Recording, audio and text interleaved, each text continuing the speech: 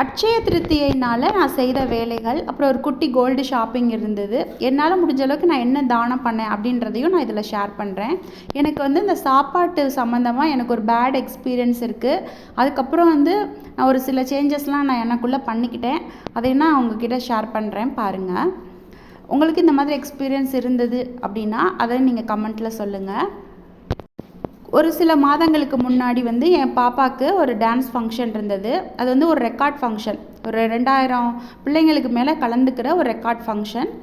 அந்த ஃபங்க்ஷனுக்கு தான் நாங்கள் போயிருந்தோம். அங்கே போயிருக்கப்போ நாங்கள் ரெஜிஸ்டர் பண்ணுறப்பவே ஒரு ஒரு அந்த எத்தனை பிள்ளைங்க கலந்துக்கிறாங்களோ அத்தனை பிள்ளைங்களுக்குன்னு சொல்லி டோக்கன் கொடுத்துருவாங்க. அந்த டோக்கன் வச்சு நம்ம வந்து ஃபுட்டு வாங்கிக்கலாம். ப்ரோக்ராம் வந்து ஒரு 4:30க்கு ரிஹர்சல்னு சொல்லியிருந்தாங்க. நாங்கள் வந்து ஒரு 3 o'clockலாம் போயிட்டோம். அங்கே போய் மேக்கப்லாம் பண்ணிவிட்டு ரிஹர்சல் அட்டன் பண்ணி கெஸ்ட்டு வந்து அதுக்கப்புறம் ஃபங்க்ஷன் ஆரம்பிக்கிறதுக்கு 7 கிட்ட ஆகிடுச்சு. ப்ரோக்ராம் முடிகிறதுக்கு 11 o'clock கிட்ட ஆகிடுச்சு. அந்த சமயத்தில் எல்லாத்துக்கும் வந்து ஷீல்டு, சர்டிஃபிகேட்டு அப்படின்னு அந்த அவரோட 2000 மேலே பிள்ளைங்க இருக்காங்க பார்த்திங்கன்னா, எல்லாத்துக்குமே கெஸ்ட்டு வச்சு தான் கொடுத்துட்ருந்தாங்க. அதெல்லாம் நல்லா பக்காவாக தான் பண்ணாங்க. ஆனால் வந்து எனக்கு என்ன வந்து அதில் வந்து ஒரு பேடு சிச்சுவேஷன்னா, சாப்பாடுக்குன்னு டோக்கன் கொடுத்துட்டாங்க. அந்த டோக்கனை வச்சு போய் பார்த்தா க்யூ நிற்கிது. ஒரு 1000கணக்கான பேர் வந்து க்யூவில் நிற்கிறாங்க. பேரண்ட்ஸே வந்து க்யூவில் நிற்கிறாங்க. பிள்ளைங்கள்லாம் வெயிட் பண்ணிகிட்ருக்காங்க இல்லையா, சீல்டு வாங்குறதுக்காக. அதுக்காண்டி அவங்களோட டோக்கனை வாங்கிட்டு பேரண்ட்ஸ் தான் நின்றுட்டுருக்காங்க. எப்படியோ அந்த க்யூவில் முன்னாடி போயாச்சு. இந்த க்யூ இல்லை, அந்த க்யூ, அந்த க்யூ இல்லை, இந்த க்யூன்னு சொல்லி மாற்றி மாற்றி விட்றாங்க. அப்படி ஒவ்வொரு க்யூவாக மாறி போய் முன்னாடி போயாச்சு. அந்த சமயம் பார்த்தா அந்த க்யூவே கிடையாது. எல்லாத்துக்கும் நீங்கள் கொடுங்க, என்ன இவ்வளோ லேட் பண்ணிகிட்ருக்கீங்கன்னு சொல்லி மக்கள் எல்லாம் வந்து போய் சண்டை போட்டுட்ருக்காங்க. ஏன் அந்த சிச்சுவேஷன் ஏற்பட்டதுன்னா, இப்போ 2000 மக்கள் வராங்க, அவங்களோட வந்து கெஸ்ட்டு அந்த பிள்ளைங்களோட பேரண்ட்ஸ் வருவாங்க அப்படின்னா அதுக்கேற்ற மேன் பவர் இருக்கணும். அதுக்கேற்ற மேன் பவரே அவங்க ரெடி பண்ணலை. அவங்கள சொல்லியும் குத்தம் இல்லை. ஏன்னா அவங்க வந்து நிறைய பேர் வரேன்னு சொல்லிட்டு வராமல் இருந்துட்டாங்களாமா. அப்புறம் அதுக்கேற்ற பவர் சப்ளை இல்லை. பவர் சப்ளை இவங்க ஆடுறதுக்கு தான் இருக்கே தவிர்த்து, அங்கே அந்த ஸ்நாக்ஸுக்குன்னு கேன்டீனுக்குன்னு சில குட்டி குட்டியாக ஷாப் வச்சுருக்காங்க. பாப்கார்னே ஓட மாட்டேங்குது. அந்த அளவுக்கு பவர் சப்ளை கம்மியாக இருக்குது. அப்புறம் நம்ம வந்து கூட கூட்டிகிட்டு போயிருக்கேன். எனக்கு ஒரு குட்டி பையன் இருக்கான், அவனை கூட்டிகிட்டு போயிருக்கேன். அவனுக்கு சாயந்தரத்துலேருந்து ஒரு பால் கூட வாங்கி கொடுக்க முடியல. பால்லாம் அங்கே கிடைக்கல. வந்து இது தான் கொடுத்துருக்கேன். பாப்கார்ன் ஒன்று வாங்கி கொடுத்தேன், ஒரு ஐஸ்கிரீம் வாங்கி கொடுத்துருக்கேன். இப்படி தான் போயிருந்துச்சு. நைட்டு சாப்பாடு வாங்கி கொடுக்கணும் அப்படின்றப்போ இவ்வளோ டஃப் சிச்சுவேஷன் இருக்குது. இந்த க்யூவில் நான் ஃபஸ்ட்டு நிற்கிறேன்.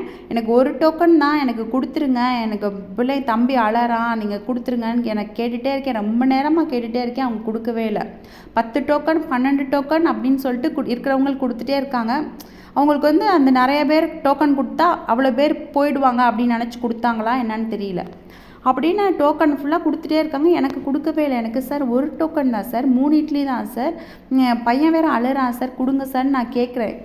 எனக்கு வந்து ஒரு அந்த இது கேட்பாங்க பார்த்தீங்களா, அப்படி கேட்குறவங்க மாதிரியே நான் கேட்குறேன். எனக்கு வேறு எப்படியுமே கேட்க தெரியல. சத்தமாக ஹாஷாகவும் கேட்க தெரியல. சில பேர் கத்தெல்லாம் செய்கிறாங்க, ஜென்ஸ் எல்லாவும். அப்புறம் அந்த க்ரௌடில் இருந்த ஒருத்தவங்க தான் இந்த அம்மாவுக்கு கொடுங்க, இவங்க போட்டோம் அப்படின்னு சொல்லி அவங்க தான் எனக்கு கொடுக்க சொல்லி நான் வந்தேன். அந்த சமயத்தில் எனக்கு என்ன தோணுச்சுன்னா, நம்ம எவ்வளோ ஃபுட்டை வந்து நம்ம வேஸ்ட் பண்ணோம்.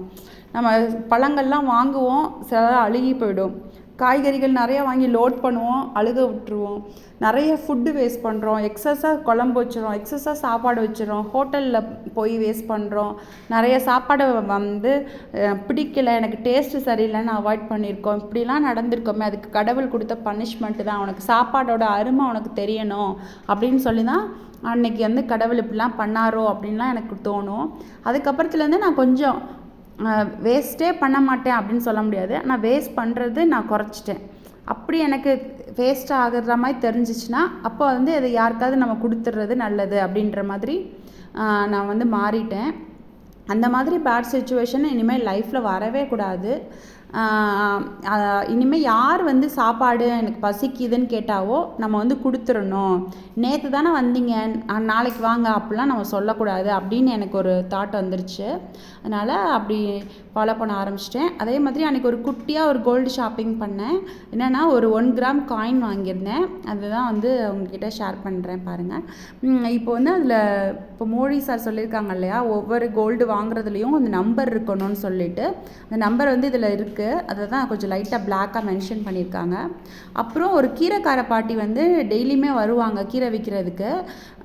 அவங்கக்கிட்ட வந்து ஏதாச்சும் நம்ம தானம் பண்ணலான்னு தோணுச்சு. அப்புறம் தான் என்கிட்ட இருந்த ஒரு அரிசி, பருப்பு, சுகரு, அதுக்கப்புறம் காய்கறி, வெங்காயம், மிளகா பொடின்னு சொல்லி கொடுத்தேன்.